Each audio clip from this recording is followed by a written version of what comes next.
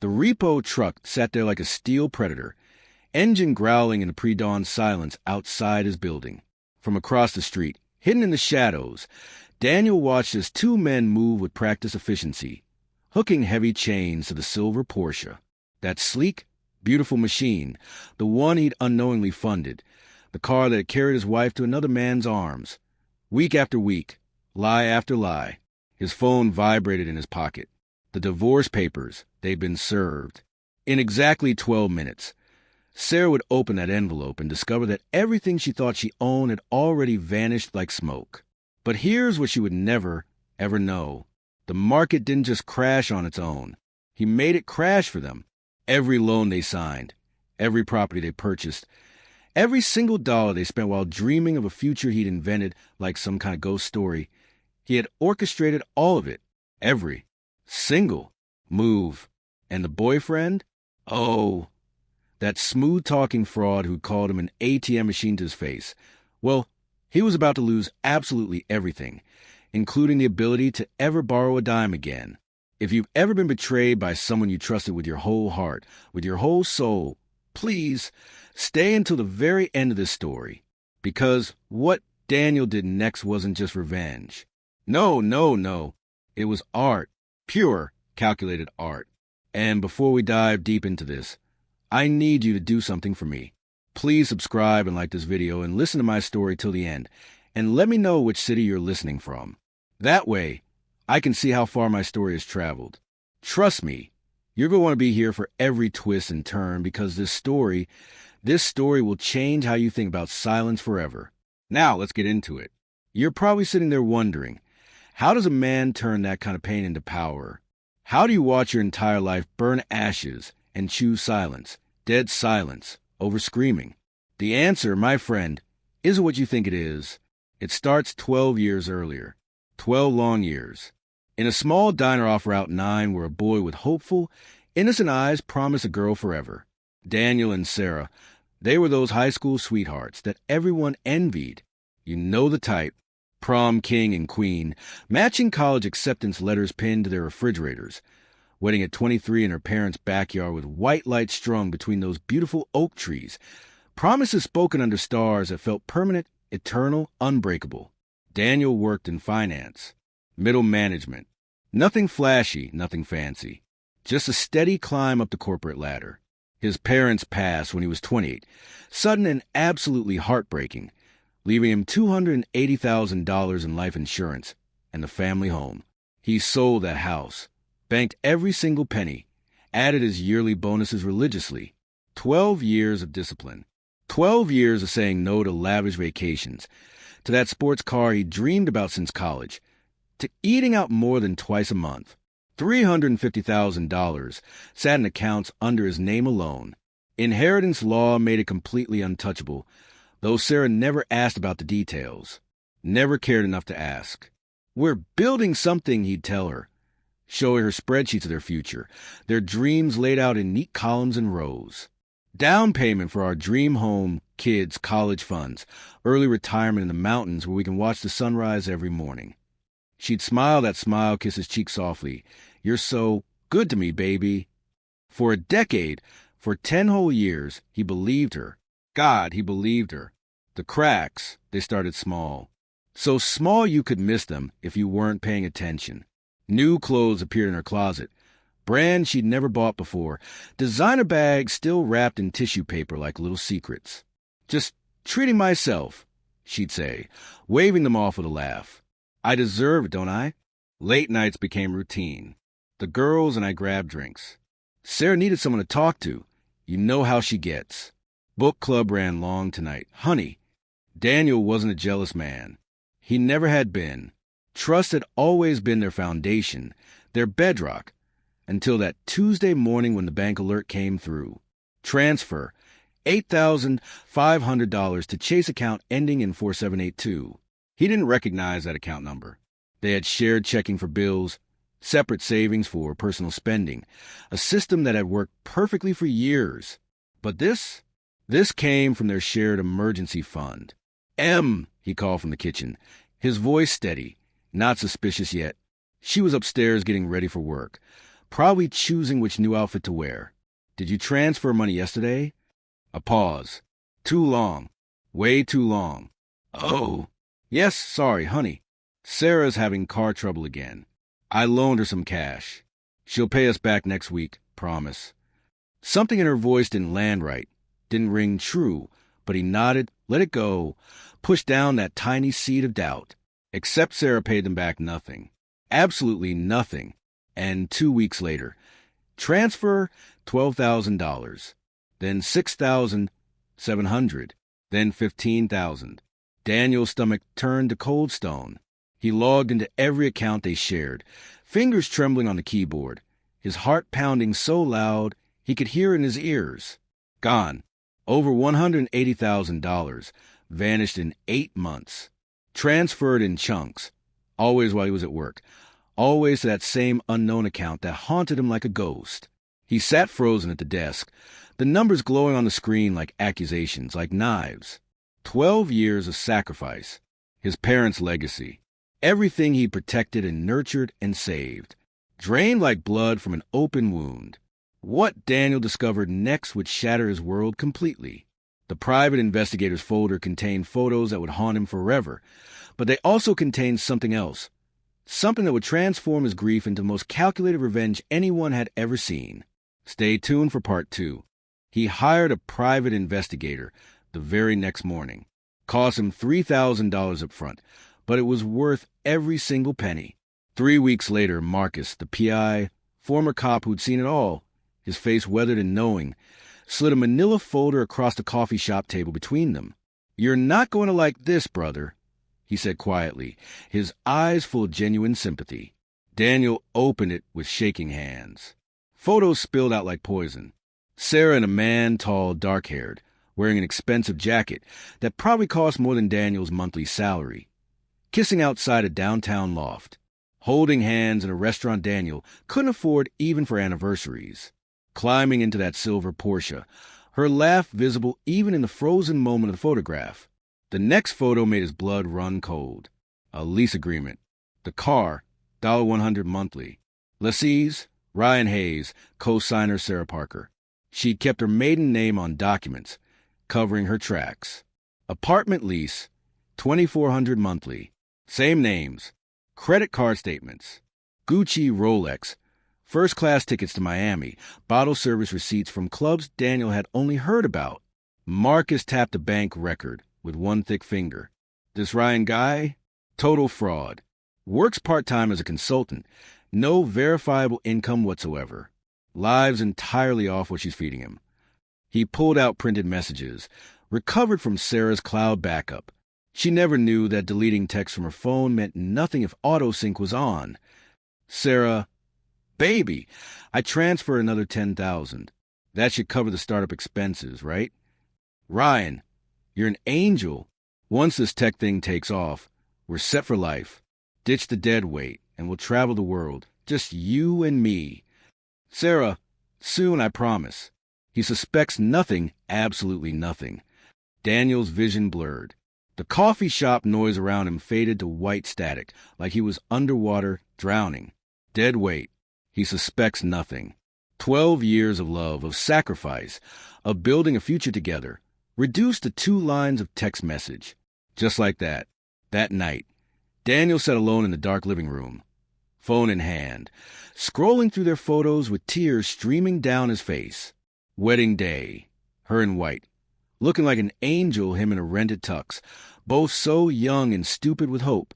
Anniversary trip to the coast, barefoot in the sand, her laughing at something he'd said, her eyes full of what he thought was love. Last Christmas, matching ugly sweaters, her eyes still warm then, or had he imagined it? Had it all been fake?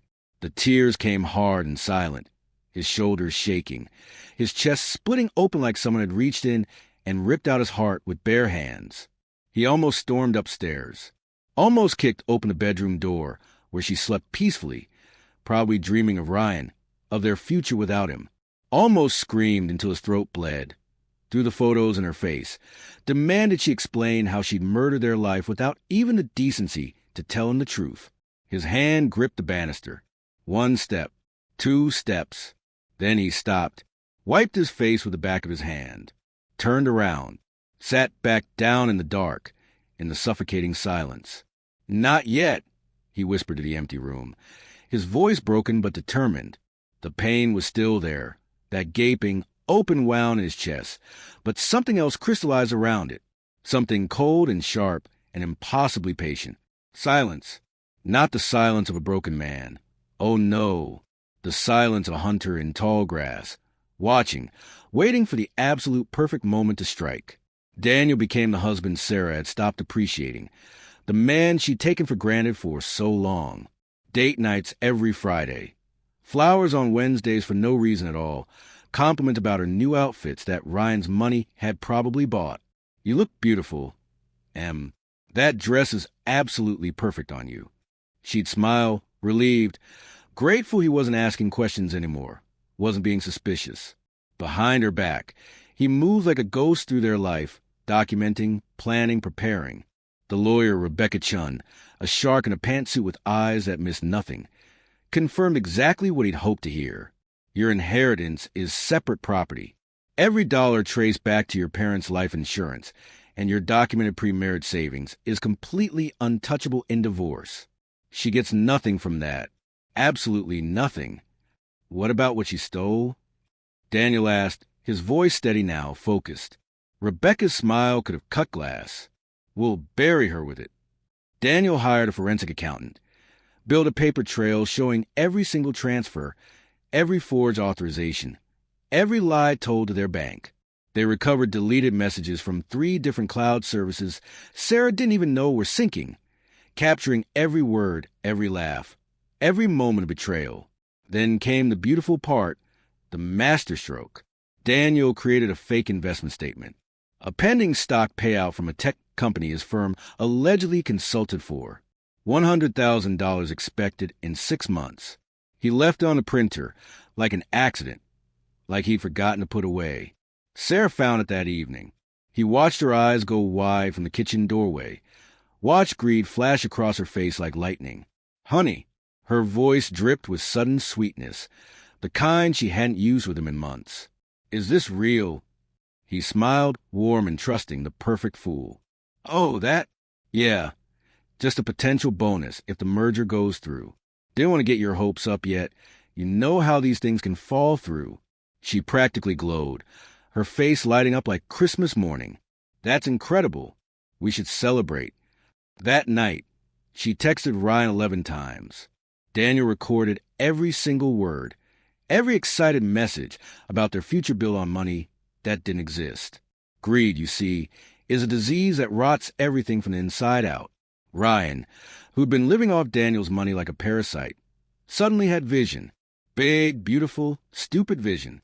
"Investment properties," Sarah breathed over dinner 2 weeks later, her eyes shining with dreams of wealth.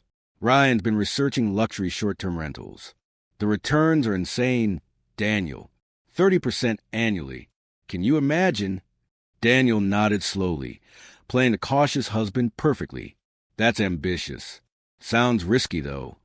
But with your payout coming," she reached across the table, grabbed his hand, the same hand she'd held at their wedding while promising forever. "Baby, this could set us up for life. Ryan's got connections. He knows the market inside and out. We just need to jump before rates climb higher." Ryan's connections were fictional. His market knowledge came from YouTube videos and wishful thinking. But Daniel smiled, squeezed her hand back, looking into her lying eyes. "If you really believe in his vision, darling, we should support it. We should bet on your future." Her face lit up like he'd just given her the world. They moved fast, Sarah and Ryan. Faster than Daniel had even anticipated. Using Sarah's credit, Ryan's fabricated business plan, and the promise of Daniel's incoming windfall that would never come, they secured loans for 3 properties. But what happened next would turn their dream into a nightmare they could never wake up from. Part 3 will reveal the beginning of their destruction. They moved like sharks smelling blood in the water. Sarah and Ryan, except the blood was their own, and they couldn't see it yet. Using Sarah's credit, Ryan's fabricated business plan full of lies and empty promises, and the golden care of Daniel's incoming windfall that existed only in their greedy imaginations, They secured loans for 3 properties, down payments totaling $90,000, liquidating what little remained in Sarah's personal accounts, maxing out credit cards until the plastic practically melted, mortgages, renovation costs, furnishing the works. $850,000 in total debt, co-signed by both Sarah and Ryan, their names bound together in financial suicide. Luxury condos downtown, the kind that look perfect in Instagram photos, all glass and steel and empty promises, but bled cash in reality like open wounds. Daniel watched it happen, feeding encouragement like poison dripped into wine. This is so exciting, Em. You too are really doing it, really building something. She'd kiss his cheek, already mentally gone, already living in that future with Ryan where Daniel didn't exist. Ryan bought another watch, this one even more expensive, posted it on social media with hashtags about success and grinding and manifestation. But then Daniel found something that changed everything, that transformed the game from simple justice into complete obliteration. Late one night, reviewing the final evidence package for Rebecca, organizing everything with meticulous care, he opened a recovered voice message file. Ryan's voice, laughing, that casual cruelty that comes so easily to men like him. "Babe, how's the ATM machine doing this week?" Emily giggling, actually giggling. "Stop it. He's being so sweet lately. Actually took me to that Italian place I've been wanting to try." Of course he did. Got to keep the funding happy, right? More laughter, genuine and carefree. The sound of 2 people who thought they were untouchable. Honestly, though, how does he not know? I mean, we're not even that careful anymore. The fool funding our future is clueless as ever. Don't worry, baby. Even if he figures it out somehow, he won't do anything. Mark's weak. He'll cry, maybe yell, then forgive me like always. That's just who he is. That's who he'll always be. Daniel sat frozen, headphones on, their laughter looping in his skull like a nightmare on repeat. He's weak. The fool. He won't do anything. Something inside him, that last shred of mercy he'd been clinging to, that tiny piece of his heart that still remembered loving her, snapped clean in half. He attached those exact audio files to the divorce filing. Every word, every laugh, every moment of their mockery. Then he did something else, something beautiful in its simplicity. He anonymously tipped 3 different creditors about potential loan fraud, investors making material misrepresentations, living far beyond declared income, suspicious asset transfers. Just enough truth to start investigations that would uncover the full, rotting truth beneath. The market, you see, can be cruel, but timing is absolutely godlike. Interest rates spiked 3 months later. Sudden, brutal, completely unanticipated by amateurs like Ryan. The Federal Reserve's aggressive hike to combat inflation crushed over-leveraged investors nationwide like insects under a boot. Ryan and Sarah's short-term rental empire collapsed like a house of cards in a hurricane. Bookings vanished overnight. Vacancies stretched for weeks, then months. Mortgage payments ballooned with adjustable rates that nobody had bothered to read the fine print about. Renovation costs overran budgets because Ryan had hired his buddy who knew absolutely nothing about contracting but charged like he did. The first foreclosure notice arrived on a Monday morning. The second and third followed within days, like dominoes falling in slow motion. Daniel served the divorce papers that Friday morning, walked out of the house with a single suitcase containing everything that mattered, and never, ever looked back. The courthouse smelled like old paper and broken promises, and decades of other people's failures. Daniel sat beside Rebecca Chun, his lawyer, wearing a navy suit his mother had bought him years ago. Simple, dignified, the clothes of a man who'd built something honest with his own hands. Across the aisle, Sarah wore desperation like cheap perfume that couldn't quite cover the stench. Dark circles under her eyes, hair pulled back in a hasty ponytail. No makeup to hide behind. The designer clothes were gone, probably sold to make minimum payments on cards she'd never, ever pay off. Her lawyer looked tired, defeated before they'd even started. Court appointed after 3 private attorneys had refused her case once they'd seen the evidence, once they'd heard those audio files. Judge Patricia Morrison entered, 60-something with silver hair and eyes that had seen every flavor of human ugliness and weren't impressed by any of it anymore. Case number 2024-DR-8847. Parker versus Parker. Dissolution of marriage. Rebecca stood, her voice clear and confident. Your Honor, this is a straightforward case of financial infidelity, theft, and fraud. My client seeks full protection of his separate property inheritance and restitution for funds stolen during the marriage. Sarah's lawyer stood slowly, like a man walking to his own execution. Your Honor, my client admits the marriage had problems, but characterizing normal marital expenditures as theft is normal. Rebecca's voice could have frozen water solid. Let's define normal. She clicked a remote. The courtroom screen flickered to life like Judgment Day. Bank statements appeared, highlighted in accusatory red. $180,000 in 8 months. These funds were transferred without my client's knowledge or consent to accounts belonging to Sarah Parker and her boyfriend, Ryan Hayes. Sarah's face, drained of all color, went white as a ghost. The judge leaned forward, her interest clearly piqued. Boyfriend. Yes, Your Honor. For 14 months. Mrs. Parker conducted an extramarital affair while systematically draining marital accounts to fund her paramour's lifestyle. Photos next. Sarah and Ryan at restaurants Daniel would have needed to save for months to afford. Climbing into the Porsche, keys being exchanged outside the downtown loft like they owned the world. Then the receipts, the cold hard numbers, lease agreements, credit card statements showing Ryan Hayes had no income whatsoever yet lived like a trust fund kid. Sarah's lawyer shuffled papers desperately, looking for an exit that simply didn't exist.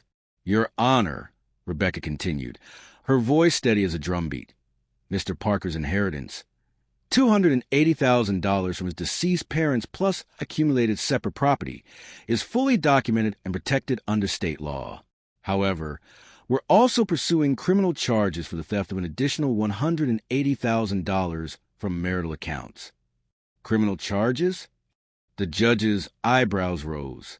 Mrs. Parker forged authorizations, lied to bank representatives claiming emergency medical expenses, and transferred funds to accounts she deliberately hid from my client. She committed fraud. Your Honor, deliberate, calculated fraud. Sarah grabbed her lawyer's arm, whispering frantically, her eyes wild with panic. He pulled away, shaking his head, unable to help her. Then Rebecca played the audio files. The courtroom fell completely silent as Ryan and Sarah's voices filled the space, their laughter echoing off the walls like ghosts of their cruelty. What happened next would seal their fate forever, and the judge's words would cut deeper than any knife. Part 4 reveals the complete destruction. Ryan's voice filled the courtroom, tinny through the speakers but clear as murder, clear as betrayal crystallized into sound waves. How's the ATM machine doing this week? Sarah's giggle, light and carefree like she didn't have a care in the world. Stop. He's being so sweet lately. Actually took me to that Italian place. Of course he did. Got to keep the funding happy, right? Laughter. Genuine. Carefree laughter at Daniel's expense, at his love, at everything he'd given them. The fool funding our future is clueless as ever. Daniel watched Sarah's face crumble like a sandcastle hit by a wave. She stared at the speaker, like it was a ghost screaming her secrets for everyone to hear. Don't worry, baby. Even if he figures it out, he won't do anything. Mark's weak.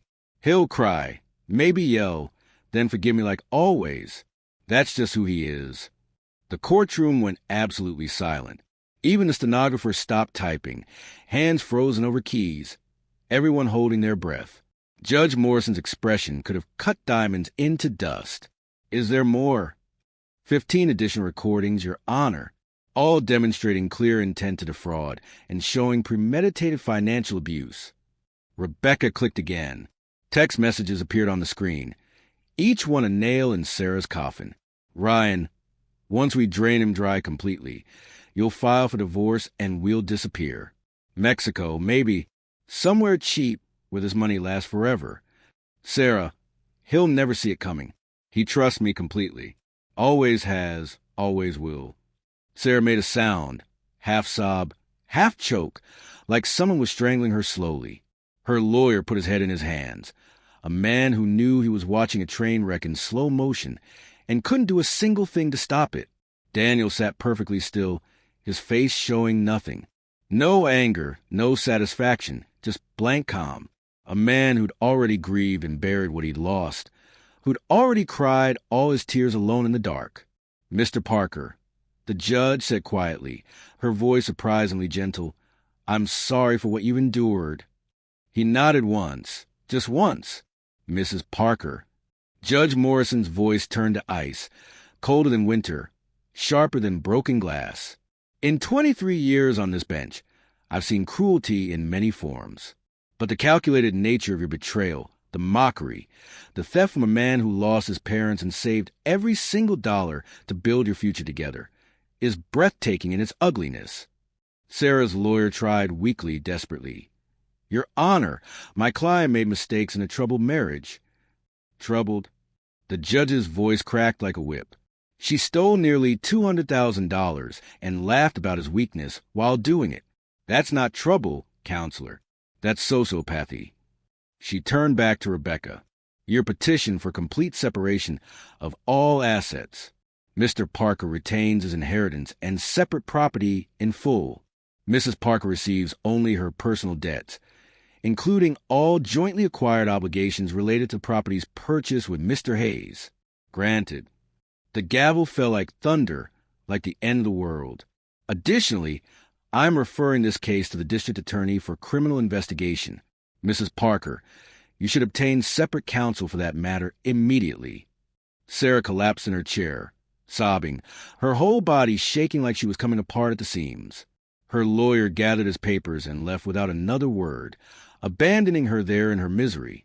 Daniel stood, buttoned his jacket with steady hands, and walked out of the courtroom without looking back, without giving her even a moment of his time. But the courtroom was just the legal death, the official ending. The social destruction? That was slower, more painful, infinitely more complete. Someone leaked the audio recordings. Not Daniel. He never had to. Court records are public and people talk, especially in the age of social media where secrets have half-lives measured in hours instead of years. By Tuesday, the files were on Reddit, spreading like wildfire. By Wednesday, local Facebook groups were sharing them with horrified comments. By Friday, Sarah's own family had heard their daughter, their sweet little girl, laughing about the fool she'd married, mocking the man who'd loved her. Her mother called Daniel. He let it go to voicemail. Couldn't bear to hear it. "Daniel, sweetheart, I'm so sorry. We had no idea, absolutely no idea. Emily won't speak to us. Please, if you can find it in your heart." He deleted it halfway through. Couldn't listen to another word. Sarah's friends, the ones who covered for her, who'd giggled about girls' nights that were actually Ryan's bed, abandoned her like rats from a burning ship. Uncomfortable tags removed from old photos. Invitations to book club mysteriously lost in the mail. The whispers followed her everywhere she went. Grocery stores, the bank, the pharmacy, the coffee shop on the corner. That's her, the one who stole from her husband. Did you hear the recordings? Calling him an ATM machine. How could anyone be so cruel? She moved back in with her parents. 36 years old, sleeping in her childhood bedroom under posters of boy bands that were nostalgic before she destroyed her entire life. But Ryan? Oh!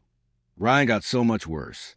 The repo men came for the Porsche at dawn, just like they'd come for Daniel's peace of mind months before. Ryan watched from his window, his soon-to-be former window, as they hooked it up and drove his pride and joy away on a flatbed truck.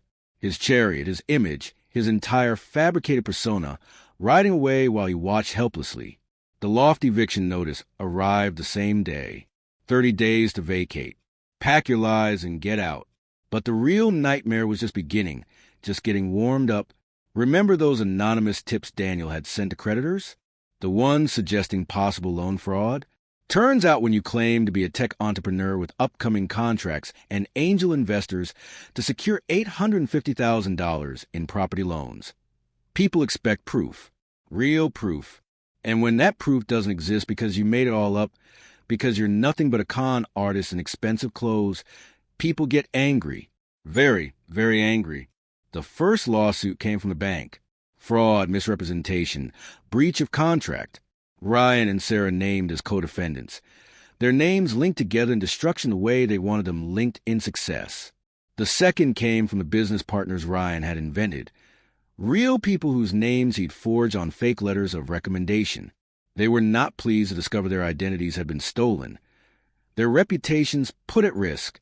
The third came from the contracting company his buddy ran, the one who'd never been paid, and were now placing liens on properties already in foreclosure. Ryan's credit score dropped like a stone thrown off a cliff. 620, 580, 540, 420. Each number a step down into hell. His bank accounts, the ones that held Daniel's money once upon a time, were frozen pending investigation. Not a penny to his name. He tried to run, tried to escape the consequences. Applied for jobs in other cities using his fake resume filled with fake credentials and empty promises. But Google is forever. The internet never forgets, never forgives. The first result for Ryan Hayes was now a Reddit thread titled Local Fraud. Man steals $180,000 from victim's husband. Courts hear him call victim ATM machine. Interviews dried up like water in the desert. Applications vanished into silence, into the void. Ryan's fall from grace was complete, but justice still had one more card to play. The criminal charges would ensure he'd never forget what happens when you destroy a quiet man's life. Part 5 brings the story to its devastating conclusion. He moved into a friend's basement at first, sleeping on a couch that smelled like old beer and broken dreams. Then the friend's girlfriend heard the story, heard those audio files that everyone in the city seemed to have heard by now, and demanded he leave immediately. The homeless shelter on 5th Street became home. The man who'd driven a Porsche, who'd lived in a luxury loft, who'd posted photos of expensive watches with hashtags about success, now slept on a cot that smelled like industrial cleaner and despair, eating donated sandwiches that tasted like shame, charging his phone at the public library. One afternoon, Daniel saw him there. Pure coincidence. The universe arranging one final meeting. Daniel was returning books, living his quiet, rebuilt life, one peaceful day at a time. Ryan sat at a computer terminal, hunched over like a broken thing, applying for dishwasher positions. His hair needed cutting badly. His jacket had a stain on the sleeve. He looked 50 years old instead of 32, aged by consequences and regret. Their eyes met for exactly 3 seconds. 3 seconds that contained entire lifetimes. Ryan's face went white, then red, shame and rage fighting for dominance, neither one winning. Daniel's expression didn't change at all. He simply looked through him, the way you look through a window at something that used to matter but doesn't anymore, something that's already gone. Then Daniel checked out his books and left, walking back into the sunshine and his new life. Ryan put his head in his hands and cried right there in the middle of the library while children played in the reading corner nearby, while people walked past pretending not to notice the broken man sobbing over a keyboard. The district attorney's office moved slower than civil court, grinding through evidence with careful precision, but they move with purpose when they finally move. Detective Sarah Vance handled the case. 20 years in financial crimes, seen every scam from Ponzi schemes to identity theft to people destroying each other for money. She interviewed Daniel twice. Both times he brought more evidence than she'd even requested. Everything organized, everything documented. "You're very thorough," she noted during the second meeting, reviewing his color-coded timeline of transactions, his meticulous record-keeping. "I had time," Daniel said quietly, calmly, "and motivation." She looked at him, really looked, saw the calm that comes after surviving something that should have killed you, that would have broken most people. "They called you weak. I heard the recordings." "I know." "Are you?" "Weak." Daniel met her eyes without flinching, without hesitation. "Not anymore." The investigation took 4 long months. What they found buried Sarah and Ryan both, buried them so deep they'd never climb out. Wire fraud, identity theft, loan fraud, conspiracy to commit fraud. Sarah had forged Daniel's signature on 3 separate documents, claiming joint ownership of his inheritance to secure better loan terms, committing felony after felony, without a second thought. Ryan had created fake tax returns showing income that never existed, invented an entire financial history out of thin air. The charges, when finally filed, read like a crime novel, like something too dramatic to be real. Sarah's court-appointed attorney negotiated a plea deal, the best he could do with the evidence against her. 2 years probation, $180,000 restitution that she'd never be able to pay, not in this lifetime. Permanent record. Her name forever marked. Ryan's public defender tried for the same deal, tried to save him. The DA refused flatly. Your client targeted a vulnerable widower's son and orchestrated conspiracy to defraud for over a year. He profited from calculated cruelty. We're going to trial. The jury took 90 minutes to convict him on all counts. 90 minutes to decide his fate.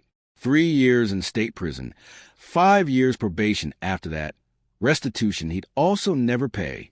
His future gone, erased like chalk and rain. As they led him away in handcuffs, metal clanking, Ryan looked back at the courtroom gallery one last time, searching. Daniel wasn't there. Had never attended the trial, never watched, didn't need to.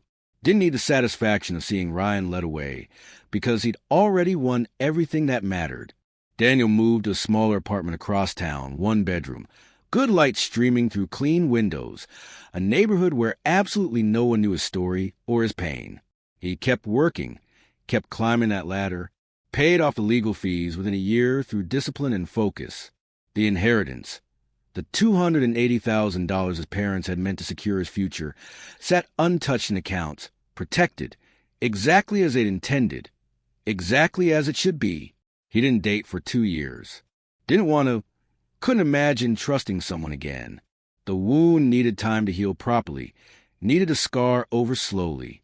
But slowly, so slowly, quietly, he rebuilt piece by piece. New friends through a hiking group. People who knew him as Danny the accountant who made terrible jokes and always brought extra trail mix to share. A promotion at work. His boss had noticed his resilience, his unbreakable focus. Whatever you went through, it didn't break you. That's rare. That's valuable. Small joys accumulated like interest in a savings account. Morning coffee watching sunrise through his window. Books read in comfortable silence. Dinners cooked for one that tasted like freedom, like peace finally earned. He ran into an old college friend, Lisa, at a bookstore one random Saturday. Redhead with kind eyes and a gentle smile. Divorced herself. Understood that some stories are complicated, that healing takes time. They got coffee, then dinner, then more dinners, each one easier than the last. I heard what happened, she said one evening over Italian food, the good kind Daniel could finally afford again. I'm so sorry. Don't be. I'm not anymore. She studied him carefully, seeing something in his eyes. You're different than I remember. Quieter, but stronger somehow. Quieter because I learned that silence can be powerful, Daniel said, choosing his words with care. Stronger because I survived something that was designed to destroy me completely, and I'm still here, still standing.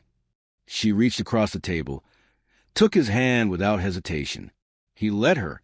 Sarah still lives with her parents to this day, works retail at a department store, minimum wage plus commission she rarely earns, because who wants to buy from a woman whose story everyone knows? The debt follows her like a shadow that never leaves, never fades. Garnished wages, calls from collection agencies every week. Credit cards she'll never qualify for again, not ever. She tells people, anyone who'll listen without walking away, about her bad luck, her terrible timing. The market crashed at the worst possible time, you know? Ryan wasn't who I thought he was. Everything just fell apart at once. Just terrible, terrible timing. She mentions Daniel sometimes to sympathetic strangers who don't know better. He was so cold during the divorce. Wouldn't even talk to me. Wouldn't give me a chance to explain. After everything we'd been through together, 12 whole years. She rewrites history in her mind every single day, files it away in neat folders where she's a victim of circumstances, of bad luck, of forces beyond her control. Not the architect of her own destruction. Never that. She never suspected, never understood that the market didn't just crash. Daniel had positioned them to be crushed by it, had steered them into the storm with the precision of a ship's captain aiming straight for the rocks. Never realized that the pending stock payout was fiction designed to make them overextend, to make them reach just far enough to fall. Never knew that her husband, the weak fool, the clueless ATM machine, had spent 9 months steering them into disaster with patience and planning that would have terrified her if she'd known, if she'd been smart enough to see. She thinks she got unlucky. Just unlucky. Daniel never corrected her. Never will. One evening, 2 years after the divorce became final, Daniel sat with Lisa on his apartment balcony. City lights stretched below them like fallen stars, like possibilities waiting to be chosen. "Can I ask you something?" Lisa said softly, her voice careful. "About Sarah and everything that happened?" Daniel sipped his wine slowly. "Sure. The timing of everything. The market crash. The foreclosures. All of it happening right when you file for divorce. That was really convenient." He looked at her. She looked back, something knowing in her eyes, something that understood. "I'm not asking if you did anything illegal," she continued quietly. "I'm asking if you're the luckiest man alive or the smartest." Daniel was quiet for a long moment, watching the lights below, thinking about the question. "I didn't crash the market, Lisa. That was real. Federal Reserve policy, inflation fears, all completely legitimate. But I might have known it was coming, and I might have encouraged certain people to make very specific, very risky investments right before it did. Encourage them to bet everything on a future that didn't exist." "By encourage, you mean?" "I mean I showed my wife a fake document about money I'd never receive. I mean I praised her boyfriend's vision, knowing he had absolutely none. I mean I gently suggested that if they believed in their future together, they should bet everything on it, risk it all." Lisa absorbed this slowly, processing. "That's cold, Daniel." "They call me an ATM machine, Lisa. They called me weak. Said I'd never do anything even if I found out. They spent 12 years of my grief and discipline on Porsche payments and Miami vacations, and laughing at me behind my back. They planned to drain me dry and disappear to Mexico." His voice remained perfectly calm, steady as a heartbeat. "I just made sure they disappeared first. Into debt, into shame, into consequences. Do you regret it? Any of it?" Daniel thought about this, really thought, searching his heart for guilt and finding none. "I regret trusting her for so long. I regret wasting 12 years on someone who saw me as a wallet. I regret not seeing who she really was sooner." He looked at Lisa, held her gaze. "But what I did after I found out? No, not even a little bit. Not for one single second." She nodded slowly, reached over and squeezed his hand. "Good. They deserved every bit of it. Maybe, or maybe I'm just a villain in their story now. Either way," he smiled small and private, "I sleep fine. Better than fine, actually. Tell me in the comments what you think. Did Daniel go too far, or was this exactly what Sarah and Ryan deserved? And if you've dealt with something similar, share your story below. You're not alone in this. Subscribe for more stories about standing your ground and reclaiming your life. Because sometimes the quietest person in the room is the most dangerous, and sometimes silence isn't weakness at all. Sometimes it's strategy. Sometimes it's survival. Sometimes it's the most powerful weapon you have. Sarah called Daniel once, about 6 months ago now. He'd changed his number, moved on completely, but she'd found it somehow, probably from his old job's directory, tracking him down like she had any right to his time. He let it ring through to voicemail, didn't even consider answering. Her voice came through small and broken, barely recognizable. "Daniel, it's me. I know you probably hate me. I deserve that, I know I do. I just wanted to say I'm sorry for everything. I was stupid and selfish, and I ruined the best thing in my life. If you could ever forgive me, or just talk to me for 5 minutes, I just want to understand what happened. How everything fell apart so fast. Please. I'm drowning here and I just need to understand." Daniel listened to it once, his face expressionless. Then he deleted it, blocked the number, never called back, never even considered it. Because here's the thing Sarah would never, ever understand. No matter how many messages she left or how many tears she cried alone in her childhood bedroom, she was asking the wrong question entirely. It wasn't about what happened or how everything fell apart or why her luck turned so bad. It was about how Daniel, The weak husband, the clueless fool, the human ATM machine, had watched his entire life burn ashes and chose to control the flames instead of being consumed by them. She wanted to understand her suffering, wanted someone to explain it to her, to make sense of the unfairness. He wanted her to drown in it, to feel every moment of what he'd felt, to understand lost the way he'd understood it when he'd read those messages, heard that laughter. The difference between those two things, between wanting understanding and wanting justice, that's the silence she'll never hear answered. That's the truth that will haunt her forever. Daniel lives quietly now, peacefully. Good job that he actually enjoys. Good woman who treats him with respect and kindness. Peace earned through fire, through surviving hell and coming out stronger. Sometimes late at night, lying in bed next to Lisa, he thinks about Sarah in her childhood bedroom, 36 years old and broken, wondering where it all went wrong, what she could have done differently. He could tell her, could explain every move, every manipulation, every carefully planted seed of her own destruction, could lay it all out like a map of her downfall. But he won't. He never will. Because the most powerful revenge, the kind that lasts forever, isn't making someone suffer. It's making them suffer without ever knowing why. Making them believe in bad luck and bad timing and cruel fate instead of seeing the truth. She'll spend the rest of her life believing in coincidences, never knowing that her husband, her weak, foolish, trusting husband, had become the storm itself, had orchestrated every moment of her destruction with patience and precision she couldn't even imagine. And that silence, that beautiful, terrible silence, that a punishment that never ends. That's justice that lasts forever. That's it. That's the story of how one quiet man turned betrayal into bankruptcy, turned pain into power, turned weakness into the most devastating strength anyone had ever seen, without his wife ever knowing she'd been played like a violin. Now I want to hear from you, really hear from you. Did Daniel go too far? Was this justice or just revenge dressed up pretty? Or did Sarah and Ryan get exactly what they deserved? Drop your honest thoughts in the comments below. I read every single one. I promise. If the story gave you chills, if it made you think about silence differently, smash that like button.